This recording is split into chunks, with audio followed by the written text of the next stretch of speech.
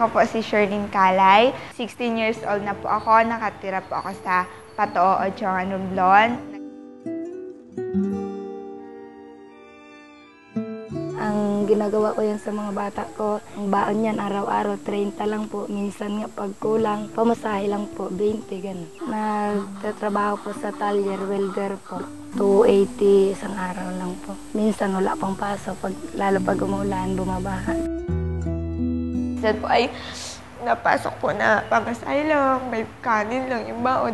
Mag-thankful ko po kasi nagkaroon ako ng best friend na yung anak po ng teachers. Pag wala po akong baon, sinasama niya ako. Kaya nga sabi yung mama niya, okay lang yun daw siya. Pag wala kang baon dito, kapunta sa bahay, ha? Nasasayahan po ako dahil sa dinulot ng aking anak na siya ay matalino. Ganun ang karangalan niya, first honor.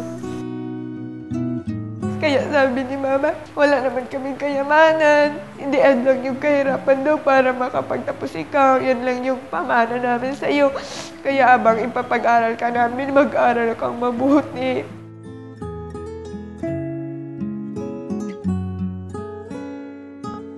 Pangako ko pong mag-aaral ako ng mabuti at hindi ko po sasayangin ang opportunity na ito para sa katuparan ng aking mga pangarap.